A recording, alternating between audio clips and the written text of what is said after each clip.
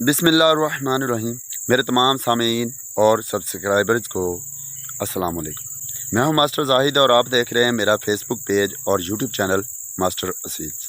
आज ही सुबह मुझे एक दोस्त ने कमेंट किया कि हम अगर किसी से कुछ परिंदे ख़रीदना चाहें तो कौन सी आइडियल एज है जिसमें हमें परिंदे ख़रीदने चाहिए। तो मैंने सोचा इस पे वीडियो बना देता हूँ। चलते हैं टॉपिक की तरफ कि आपने किसी से परिंदे ख़रीदने हैं तो किस तरह से ख़रीदें, किस एज में ख़रीदें। यहाँ पे मैं बात करता चलूँ कि अगर आपका पर्पज़ है ब्रीडिंग तो मैं गाइड कर सकता हूँ, और अगर आपका पर्पज़ है फाइटिंग वगैरह तो मैं उस लिहाज से इतना गाइड नहीं कर सकता, क्योंकि पहली बात तो मैं फ़ाइटिंग के अगेंस्ट हूँ, मैं फ़ाइटिंग को प्रमोट ही नहीं करता।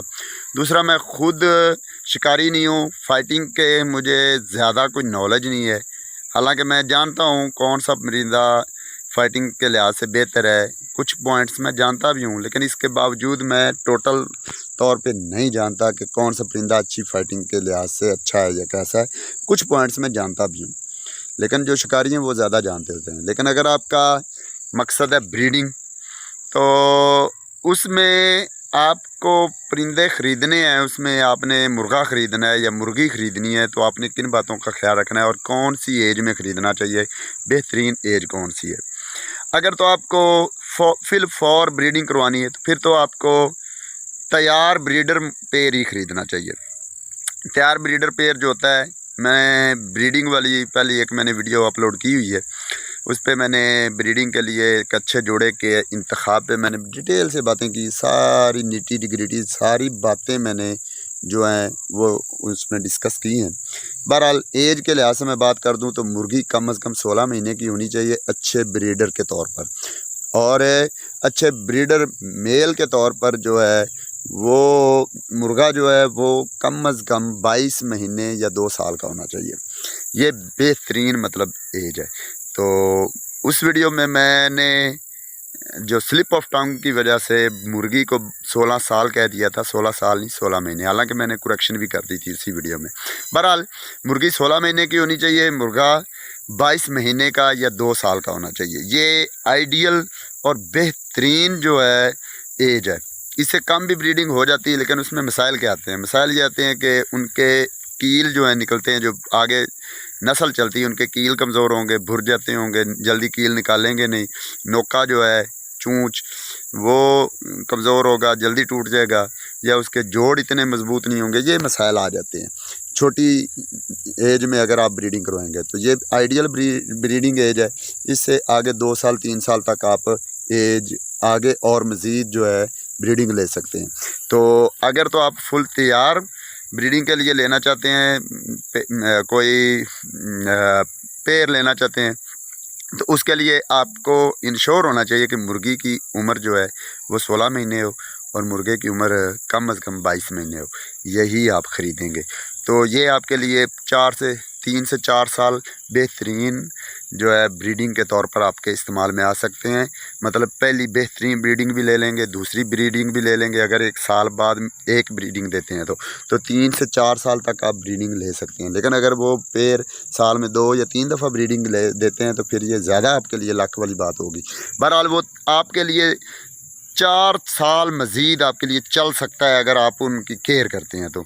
4 साल अगर केयर में थोड़ी सी कमी भी रहेगी तो 3 साल तो पक्के आपके चलेगा। मतलब 2 साल का मुर्गा जब वो 5 साल का होगा तब तक आप लेते रहेंगे ब्रीडिंग, और मुर्गी 1.5 साल की है तो वो जब तकरीबन 4.5 साल तक पहुंचेगी तब तक आप उससे ब्रीडिंग लेते रहेंगे।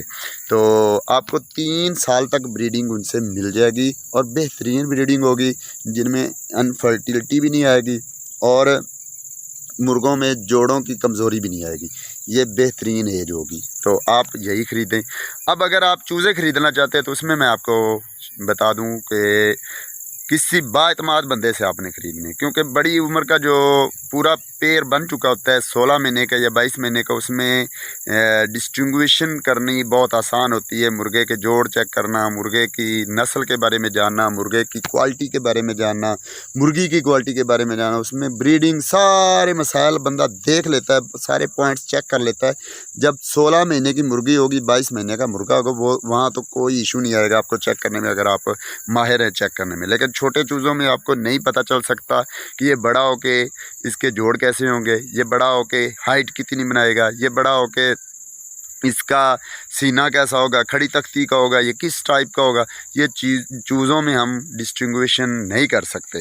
तो ये चीज़ें हमें पता चलती हैं कि उनके पेरेंट्स से, कि आपके जो चिक्स हैं उनके पेरेंट कैसे हैं, मतलब वालदैन उसकी मुर्गी मुर्गा जिनका ब्रीडिंग से ये चूज़े निकले वो कैसे हैं, उनसे पता चलेगा।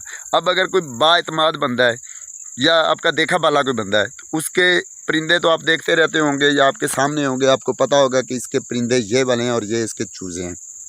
लेकिन अगर आपको किसी अनजान बंदे से ले रहे हैं तो आपको कोई पता नहीं है कि जो वो परिंदे दिखा रहा है क्या वो चूज़े भी उसी जोड़े के दिखा रहा है या आपके साथ फ्रॉड कर रहा है। तो इसलिए छोटे चूज़े ख़रीदने के वक्त बहुत मोहतात रहना चाहिए। बाज़ का छोटे चूज़े बचपन में हमें बहुत क्वालिटी नज़र आ रही होती, खड़ी तख्ती बहुत अच्छे जी, बड़े एक्टिव, आपस में लड़ते हैं जी, बड़े गुस्सा करते हैं, फलां बहरहाल। लेकिन जो बड़े होते हैं वही चूज़े जो छोटे होते हैं बहुत क्वालिटी दिखा रहे होते हैं, बड़े होते हैं तो उनमें वो क्वालिटियाँ नहीं रह जाती, उनमें वो मसाइल आने लगते हैं, उनके जोड़ पक्के नहीं होते, कई किस्म की प्रॉब्लम्स आती, तो फिर हम परेशान होते हैं। तो उसकी वजह क्या होती, पीछे पेरेंट जो हैं वो कमज़ोर जोड़ों में हैं या उनमें कोई वो मसाइल थे। तो इसलिए जो बाएतमाद बंदा है जिसकी ब्लड लाइंस का आपको पता है, जिसके पास परिंदे जो खड़े हैं उनकी ब्लड लाइंस का आपको पता है कि इसके पास ये ब्लड लाइन चल रही है या ये इसके पास खून है, तो उसमें से आप ब्रीडिंग करवाए हुए चूज़े ले लें तो फिर तो कोई इशू ही नहीं है। तो अगर आप अनजान से ले रहे हैं तो आपके लिए इशू हो सकता है। तो बेहतरीन एज आपने अगर किसी अनजान बंदे से लेनी है तो वो यही है कि आप 16 महीने की जो है मुर्गी लें और 22 महीने का मुर्गा लें, आपके लिए बेहतरीन वो ब्रीडर बनेंगे। इंशाल्लाह आने वाले 3 से 4 साल तक आपके लिए वो अच्छी ब्रीडिंग के लिए जो पेड़ साबित होंगे। लेकिन अगर आप चिक्स ले रहे हैं तो फिर किसी बाएतमाद बंदे से लें, किसी भी बाएतमाद से जिस पे आपका एतमाद हो, कोई आपके इलाके के करीब हो। कोशिश किया करें कि करीब बंदा जिसके पास आप फिज़िकली जा सकें, उससे मिल सकें, उसके परिंदे देख सकें और आपका उसके साथ रिलेशन अच्छा हो, कोशिश किया करें उसी से लें। लेकिन अगर आप कार्गो वगैरह करवा रहे हैं किसी दूर से किसी और बंदे से तो फिर किसी बाएतमाद बंदे से ले लें। अब बाएतमाद बंदे मार्केट में आपके सामने बहुत लोग सेल करते हैं, उन्हीं में से आपको किसी एक पर इत्मीनान करना होगा। पैसे अच्छे खासे भरने पड़ते हैं, अच्छी चीज़ के पैसे अच्छे ही होते हैं। लेकिन आप कहें कि पैसे भी कम लगें और अच्छी चीज़ मिले तो ये पॉसिबिलिटी नहीं है। आजकल शौक़ बहुत महंगा हो गया क्योंकि एक तो दाना पानी, ये मेडिसन, ये वैक्सीनेशन ये बहुत कॉस्टली पड़ती हैं। दाना पानी बड़ा महंगा हो गया, आपके सामने ये हालात कैसे चल रहे हैं। और ये मेडिसन जो होती हैं ये भी बहुत महंगी पड़ रही हैं। डेली बेसिस पे मेडिसन करनी पड़ती हैं हमें, मुख्तलिफ़ किस्म की हमें कोई ना कोई मेडिसन चलानी पड़ती है डेली बेसिस पे। बीमारी से हट के भी हमें कई चीज़ें चलानी पड़ती हैं मेडिसन के तौर पर, वो मैं मुख्तलिफ़ वीडियोज़ में आपको बता चुका होता हूँ।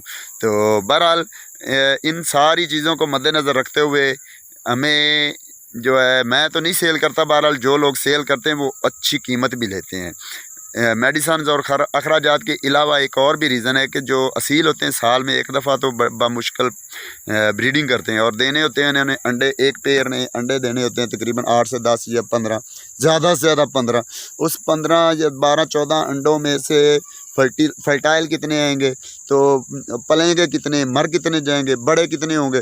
तो वो मिलजुल के साल में अगर एक बंदा एक पेयर से ज़्यादा से ज़्यादा ले रहा है, 8 या 10 चिक्स ले रहा है, तो उन 8-10 चिक्स को साल इंतज़ार करने के बाद अगर एक चिक वो 2500-2000 तक बेच रहा है या 3000 तक एक हफ़्ते का चिक बेच रहा है, तो वो आपको महंगा लगेगा लेकिन होता नहीं है हकीकत में महंगा। तो आप एतमाद किया करें, अच्छी कीमत ही भरेंगे तो अच्छा शौक़ होगा, वरना आपको धक्के खाने पड़ेंगे। अच्छे बंदे से लें जिसके पास अच्छी ब्लड लाइन खड़ी हो, अच्छे पेयर खड़े हों। मैं किसी का नाम मेंशन नहीं करूँगा क्योंकि मेंशन करने से हो सकता है कोई और बंदा नाराज़ भी हो जाए कि मेरा नाम मेंशन नहीं किया। बहरहाल आप ख़ुद सर्च करें। हाँ, एक बंदे का मैं नाम ज़रूर मेंशन करूँगा जिस पे मुझे एतमाद है, तो मैं चाहूँगा कि आप उस पे एतमाद करें, उससे आप ख़रीदें। अहमद भाई हैं रावलपिंडी वाले, उनके रेट्स माकूल ही हैं, इतने ज़्यादा भी यहाँ है ही नहीं है। लेकिन उनके पास अच्छे परिंदे होते हैं और काबिल एतमाद होते हैं। वो अहमद भाई भी अच्छे इंसान हैं, अच्छी चीज़ है, अच्छी चीज़ ही देते हैं। तो आप उनसे रब्ता कर सकते हैं। अहमद भाई रावलपिंडी वाले लासानी उनके पास मिल जाते हैं और इसके अलावा और भी कई किस्म की उनके पास ब्लड लाइन्स हैं। तो बहरहाल वीडियो काफ़ी लंबी हो चुकी है। उम्मीद करता हूँ आपको मेरी बताई इन्फॉर्मेशन आपके लिए फ़ायदेमंद साबित होगी। अगर ऐसा हो तो लाइक और शेयर ये तो हक बनता है। और अगर आपको कोई सजेशन देनी हो तो कमेंट के नीचे ज़रूर बताया करें। और अगर आप हमारे चैनल पे न्यू हैं तो यार सब्सक्राइब भी कर दिया करें, ताकि आपको इस तरह की इन्फॉर्मेटिव वीडियोस मिलती रहें।